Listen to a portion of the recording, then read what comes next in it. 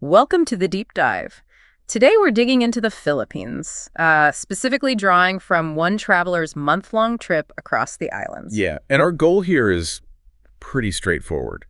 Pull out the absolute must-knows for you if you're thinking about going. Practical stuff, cultural bits, the essentials. Exactly. We know you want the key info, like fast and clear. So we've sifted through this person's journey to bring you the core takeaways. Let's jump right in. Okay, first big one. Timing. When should you actually go? And maybe when should you avoid? Right, so this traveler was there mostly in January, which lines up nicely with what's usually seen as the best time. Yeah. December through February. Okay. Generally, you're looking at dry, sunny weather then. Perfect Gotcha. for beaches, obviously. But it is peak season. So prices go up, crowds. Exactly. Expect higher costs for flights, places to stay, and yeah, more people around, especially the popular spots. Makes sense. And the times to maybe steer clear? Well, March to May gets really hot, like really hot. And then May through November, that's typhoon season. Oh. So lots of rain, potential for flooding. That can seriously mess with travel plans, getting between islands. Yeah, ferries getting canceled and stuff. For sure. Though, just for context, this traveler landed in Manila on Christmas Day, had a bit of rain, but then January in the islands. Apparently perfect weather. So aiming for Dusek to Feb seems like the smart move, if you can swing it. Okay, next hurdle. Visas, entry stuff. What's the deal?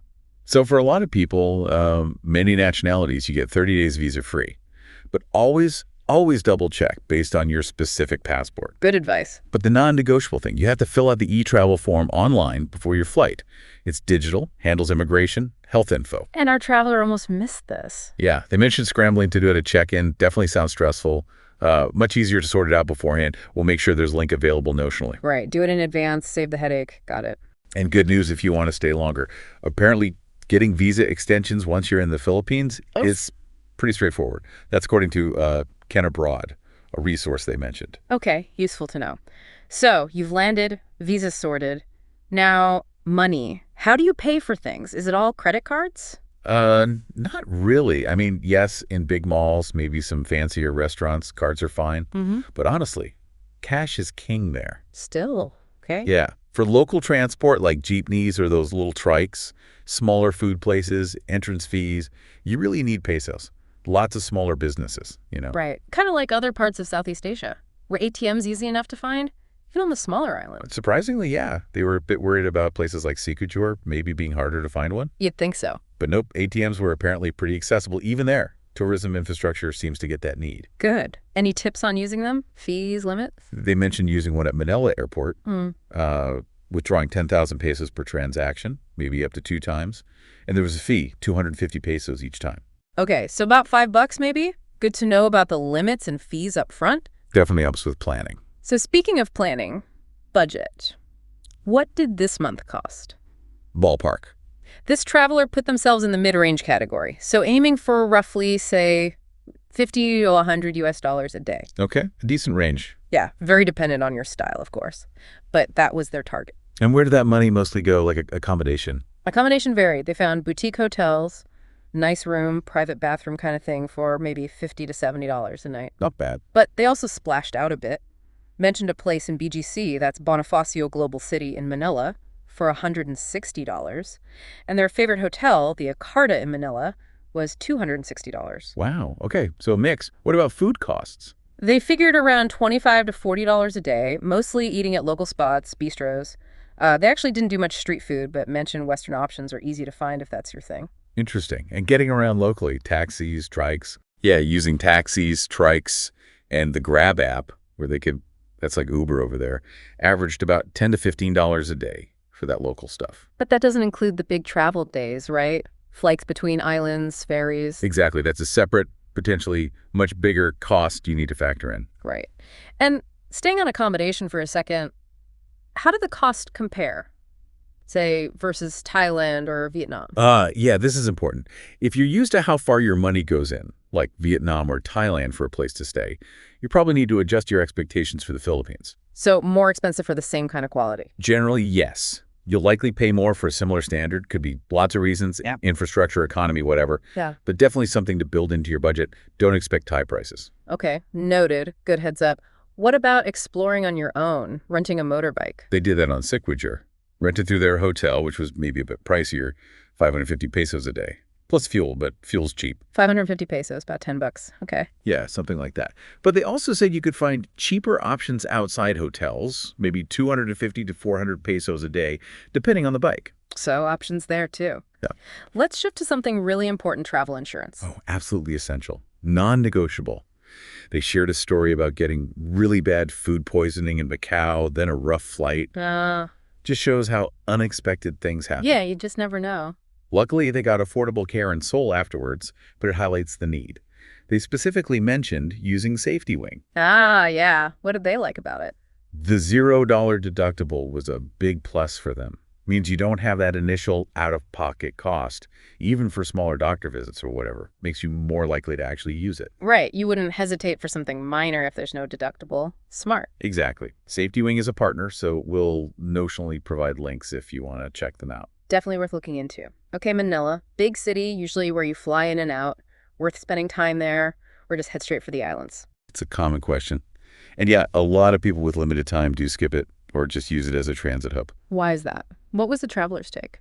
Their first impression wasn't super tourist-friendly. Hmm? Mentioned the visible poverty, beggars. Yeah. It could be a bit of a shock, you know? Yeah, understandable. But are there reasons to stay?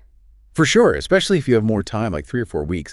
There's a lot of history. Rizal Park, the old walled city, Intramuros, gives you a deeper sense of the culture. Where did they suggest staying if you do decide to explore Manila? They mentioned BGC, Bonifacio Global City, for something more modern, maybe a bit more insulated, or Makati, which felt more central, maybe a bit more real Philippines feel. So the verdict, don't skip it if you have the time. Pretty much, yeah. Worth seeing if your schedule allows. Okay. Now, the main event for many people, the islands. Over 7,000 of them. But hopping between them, is it easy? Easy might not be the right word. It takes time, like significant time. How so? Well, a travel day, getting from one island to another, can easily eat up half a day or more. By the time you fly or take a ferry, then get local transport like a trike to your hotel, there's not much day left. Right. It's not just magically appearing on the next beach. Definitely not. So the advice is really to travel slower.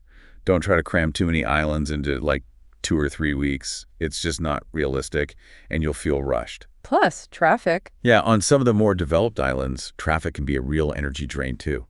Adds to the travel time and stress. Slow travel. Got it. Okay, let's talk specifics.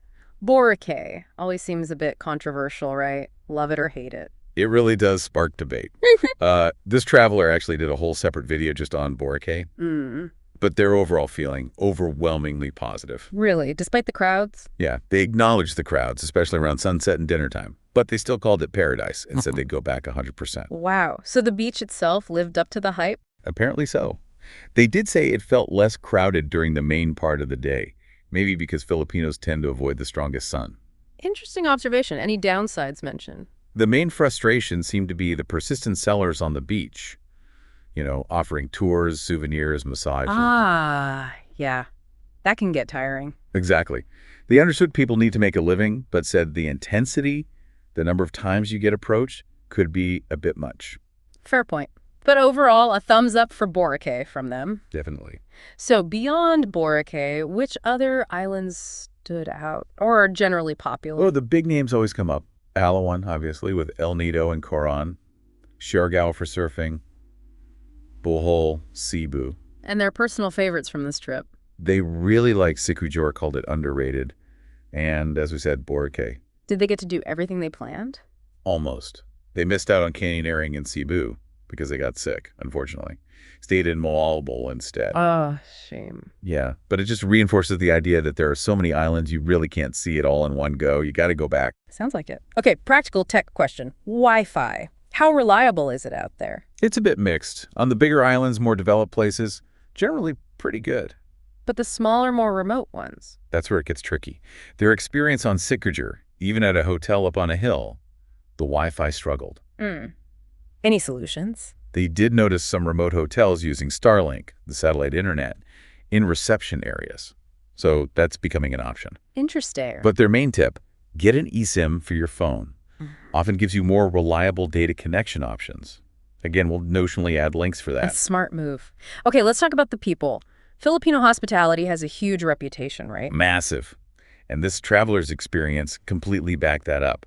Overwhelmingly positive, right from the start and all through the month. Just generally friendly. Helpful. Yeah. Lots of smiles, people going out of the way to help. They even shared a story about being welcomed in while a family was preparing lechon, that's the roasted pig in Cebu, just really warm and open. That's lovely. Any caveats? Just the usual caution, really. Hmm. In very tourist-heavy areas, like anywhere in the world, you might occasionally run into someone trying to, take advantage, a scam, overcharging. Standard tourist trap stuff. Exactly.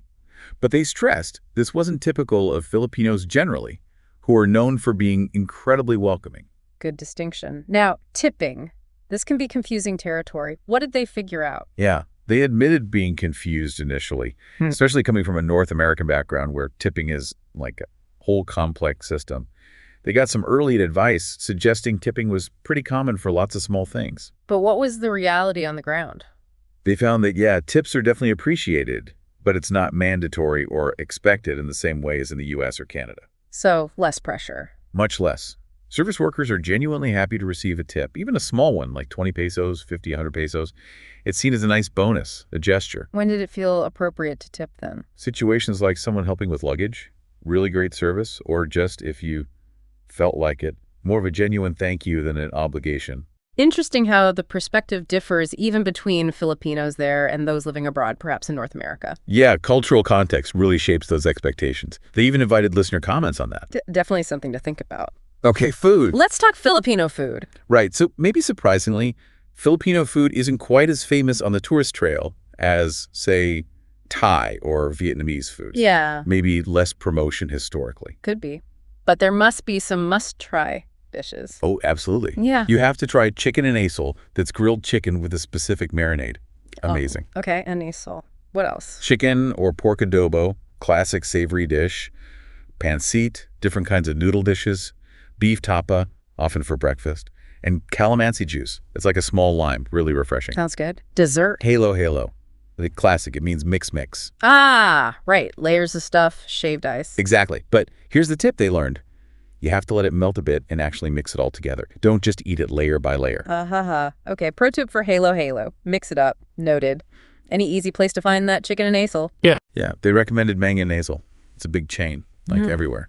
Kind of the McDonald's of chicken and nasal, but, good. Perfect, easy go-to. Now, basic safety, tap water, drinkable. No, definitely not. Big no-no. They were extra cautious after getting sick before. Right. But water in restaurants? Ice. That's generally fine. The water served in restaurants and food places is filtered. Apparently, it's pretty standard, maybe even legally required. So bottled water or filtered water served is the way to go. Okay, good to know. Filtered is fine, tap is not. Got it. Finally, language. How easy is it to communicate? This is a huge advantage for the Philippines. English is widely spoken. Like everywhere, even outside tourist zones. Pretty much, yeah. Even in more rural areas, you can usually find someone who speaks at least basic English. It makes things so much easier. I bet. Less chance for misunderstandings, easier to ask for help. Exactly. It creates a real sense of connection, maybe even safety, knowing you can communicate easily if you need to. It's a big plus compared to some other Southeast Asian countries where English might be more limited to tourist hubs. Definitely a major convenience factor. Okay, let's wrap this up. If you had to boil down this whole deep dive, what's the key takeaway for someone listening? I'd say the Philippines offers this amazing mix, incredible islands, super friendly people, but doing a bit of homework, being prepared, that's really key to making the most of it and avoiding hassles. Absolutely. And we've covered a lot, but honestly, it feels like we've just scratched the surface, right? Each of these points could be its own discussion. For sure. So for you listening, maybe think about what you're most curious about now. Is it the budgeting, the island hopping logistics, figuring out which islands fit your style? Yeah, that's the next step. As you think about your own potential adventure, just remember that being open to the unexpected, learning from others' experiences like this one, that's what really turns a trip into something memorable.